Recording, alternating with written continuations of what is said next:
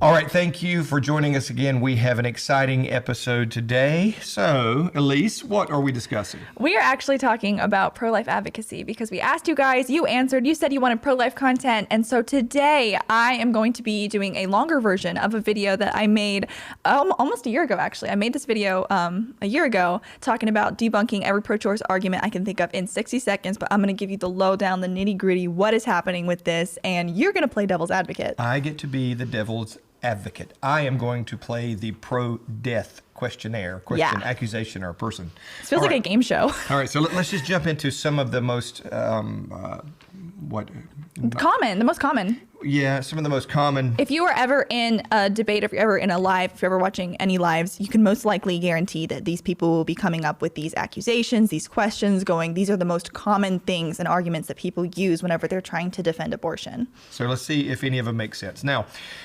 we aren't killing anything. The fetus is not alive. Okay, biologically, we know that's false. Okay, from the point of conception, 96% of biologists agree that life begins at conception. From that point where that sperm meets that egg, that's a whole unique human life. Okay, I'm going to step out of the devil's advocate role for just a minute. Well, what does conception mean? What is the definition of conception? It actually means to conceive, to create new life. So it is the beginning of life, exactly. Is my understanding. That's literally what it means, yeah. So it's kind of confusing that people would ever try to use that argument, but oftentimes people use that argument because they're trying to say that it's a clump of cells that you are getting rid of, and that dehumanizes that baby, therefore it makes it easier to kill. Okay, but it's not a human.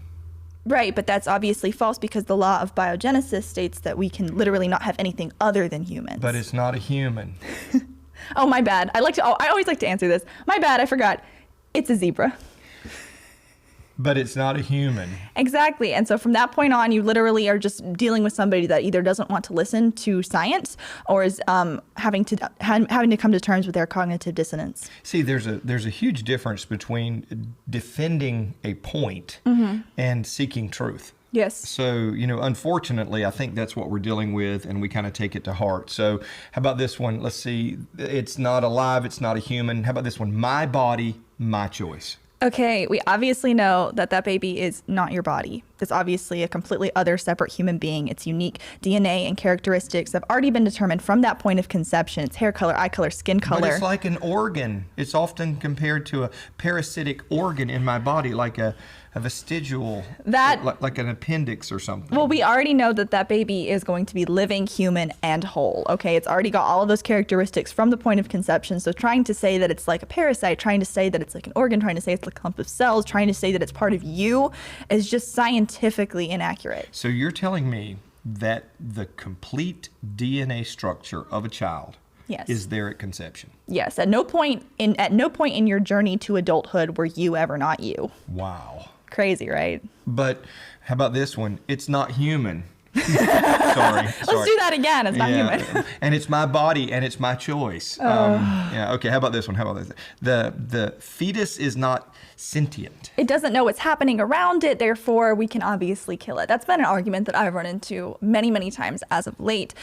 We have to delve deeper into this. Can I kill you when you're sleeping?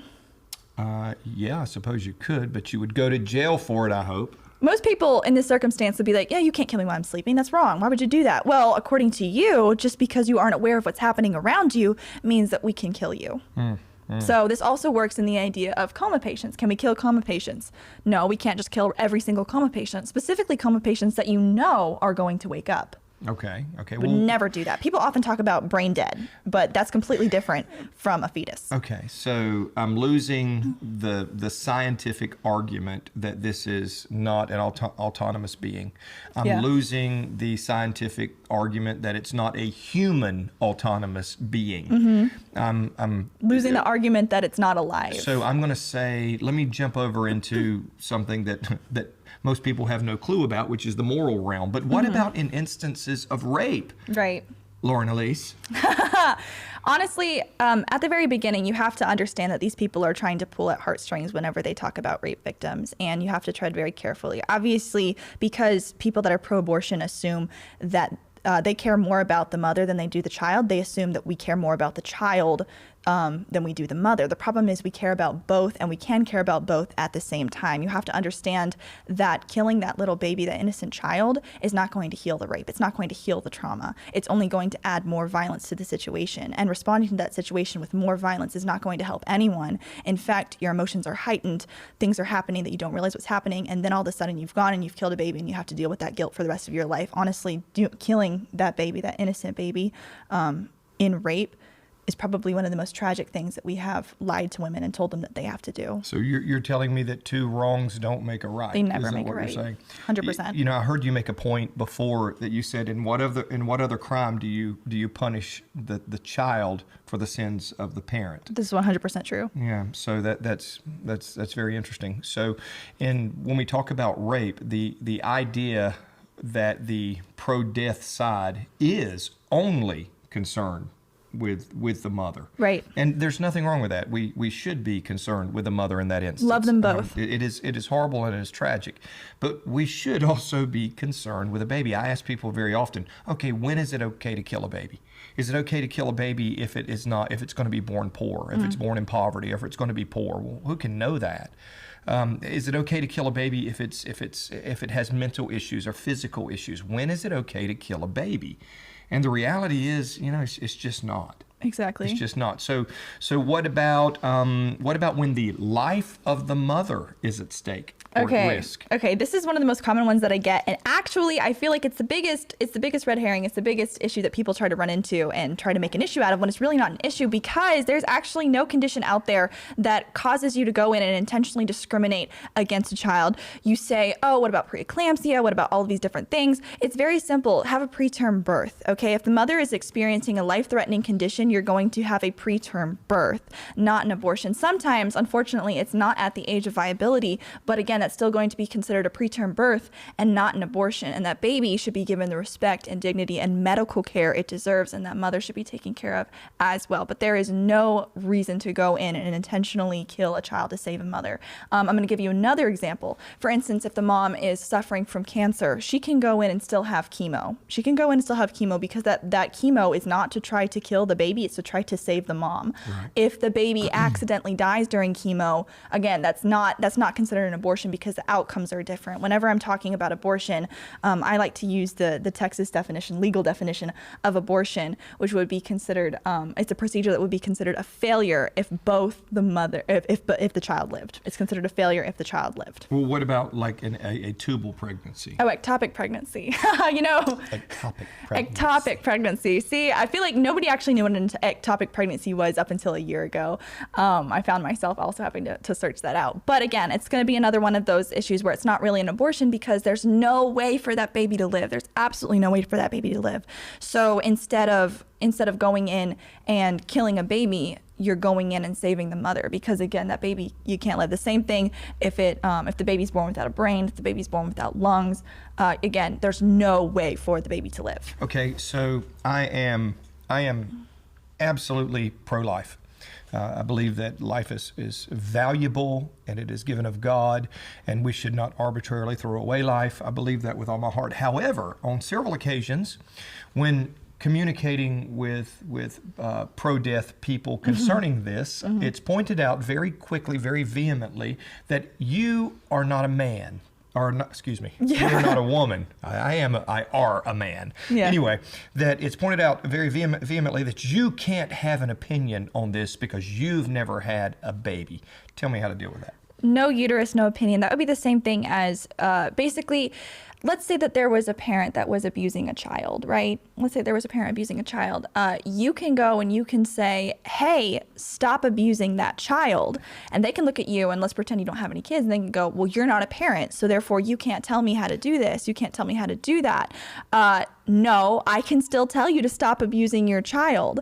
It's the same with everything, with slavery. It's like saying, hey, like I think owning slaves is immoral. Well, again, that goes back into that subject of... You've never owned one, you can't say that. Exactly. So I had this thought, and I shared this with somebody. Right. I think it might have been on one of your feeds, that look, you wouldn't have a baby if it wasn't for the intervention, or at least the participation of a man. It takes two to tango. Yeah, so basically we're saying that moral issues are gender specific. One, that is a ridiculous argument. I mean, it is absolutely ridiculous. And but so guys, don't back off.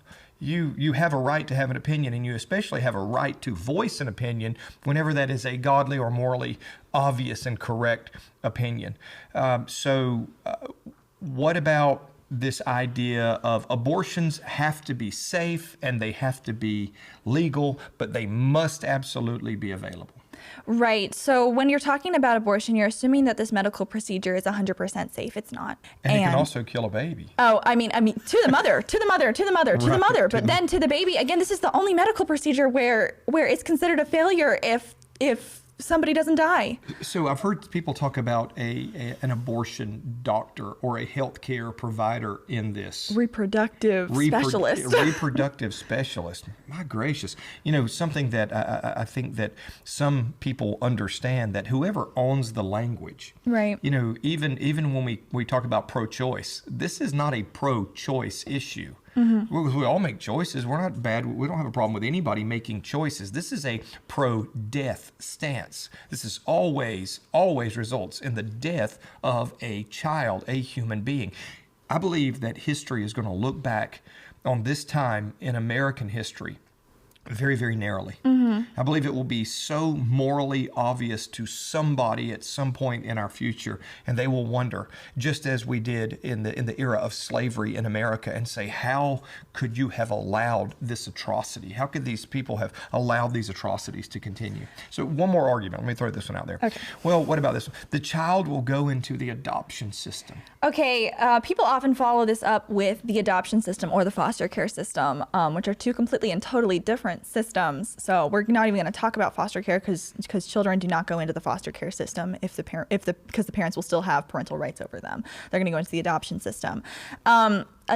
Kids in the adoption system are not worth any less than kids who have two parents. They're just not. I'm sorry, that's not how we put value on humans, and we don't get to put value on humans. And in the adoption system, babies are actually the most frequently adopted demographic. And right now, there's about 30 couples to every one child in the adoption system. Wow. Now, I know what you're saying. Why aren't they adopted? Why aren't they adopted? Red tape. Red tape is holding up these adoptions, and I do agree that we need to consider getting different laws in place to allow it easier to adopt. Like more affordable. It's more affordable. It's much easier. But there are people waiting to adopt children, and again, it's not it. And then babies again are going to be the most adopted demographic. But again, all of that is negated because you do not get to determine the value and the life of that child. Right. So let me ask you this. Right. Just pretend for just a moment. And, very often, people who are pro-death will say, well, what about this? And they'll create some crazy scenario where somebody's slipping in the middle of the night and stealing your blood or something. I don't know. But anyway, what would you say to the young lady or the woman who is pregnant right now and is facing poverty or different circumstances or some are facing the prospect of losing some aspect of self-preservation? Because I think that's one of the biggest issues is a lot of pregnancies. Unfortunately, most pregnancies are ended out of convenience. This was not a good time for me. And the statistics are incredible at how often that babies are arbitrarily killed because of a bad timing. Over 70%. Yeah, my whole life has been bad timing. Yeah. So what would you say to that young lady who is teetering and on the fence right now? What would be your appeal? I would 100% say you are loved, you are valuable. Do not listen to the lies of society that you cannot succeed in life if you have a child. Do not listen to them and say that you can't do it. You are strong enough, and there will be a way out. There will be a way out. Just keep the faith, keep strong. You got this, girl, and just breathe. That would be my advice. And also, I feel like people don't talk about this a lot, but pregnancy resource centers are readily available. There is over double the amount amount of pregnancy resource centers than there are Planned Parenthoods in the United States, okay? And that is going to help people out financially. It's going to help people out with basic needs. If you do need that and you do need those resources, they are available and people do not talk about them. So please get that information and do not let that resource go. So I know that we can't talk about it right now, but what about the absolute overt violence and destruction that's being perpetuated, not good word, against the life clinics, the pregnancy support clinics? I think this is very telling of the heart of the pro-death culture. 100%. It should definitely tell you. They say that we're just for the mom. We just want to help people. We're pro-choice. You're not pro-choice if you're burning down clinics. If you're burning down, you're not pro-choice if you're burning down resource centers. You're not pro-choice if you're burning down churches. You're not pro-choice. That's why I say it's pro-death. It is not pro-choice. You're not pro-choice if you're attacking people, okay? You're not. You need to understand that you are on the wrong side of history, and the fact that we've allowed people to think that we've somehow tricked people into thinking that allowing people to murder their own children is a completely reasonable thing, almost a merciful thing. I think it's extremely telling of the moral depravity that we've fallen into. It is. And for us to believe that there is a big stretch or a big chasm between being willing to kill a baby and being willing to kill somebody who stands in between you and killing that baby is not a big stretch. Unfortunately, I think it's indicative of the moral fiber of our culture. But I think there's hope, and I think there's opportunity for change. I agree. All right. Thank you guys so much for joining us today. That's gonna round out today's segment. See you next time.